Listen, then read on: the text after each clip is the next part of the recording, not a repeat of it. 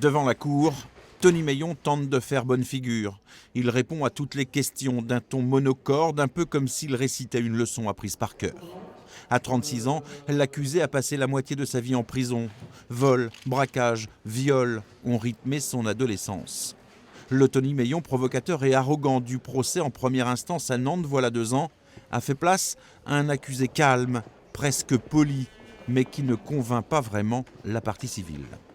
Moi, je suis persuadée que c'est une stratégie. On sent que c'est quelqu'un effectivement qui est intelligent, qui arrive à se maîtriser. Donc, je pense qu'il a reçu de bons conseils pour donner aujourd'hui une image de lui plus réfléchie, plus mûre, qui a du recul sur les actes. Mais je pense que c'est une stratégie construite pour les besoins de la défense.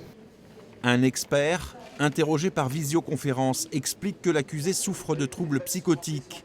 À plusieurs reprises, il a tenté de manipuler les experts afin de se faire passer pour fou pour être reconnu irresponsable pénalement et ainsi éviter les assises.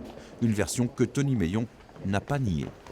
Il verbalise beaucoup plus, il essaye de suivre, il essaie de verbaliser, il essaie de répondre, et puis pas de manière à droite. C'est comme ce matin, il a répondu à une question, avez-vous tenté de manipuler l'expert? Il a répondu très franchement, oui, j'ai essayé de le faire. Donc je pense que cette volonté de verbaliser, ce besoin de verbaliser, exprime chez lui une véritable évolution. C'est donc une personnalité trouble et complexe qui a été mise à nu depuis le début de ce procès. Bien sûr, cela n'explique pas tout sur le comportement de Tony Meillon, mais cela devrait donner les clés aux jurés pour tenter de comprendre pourquoi l'accusé a commis l'irréparable le 18 janvier 2011.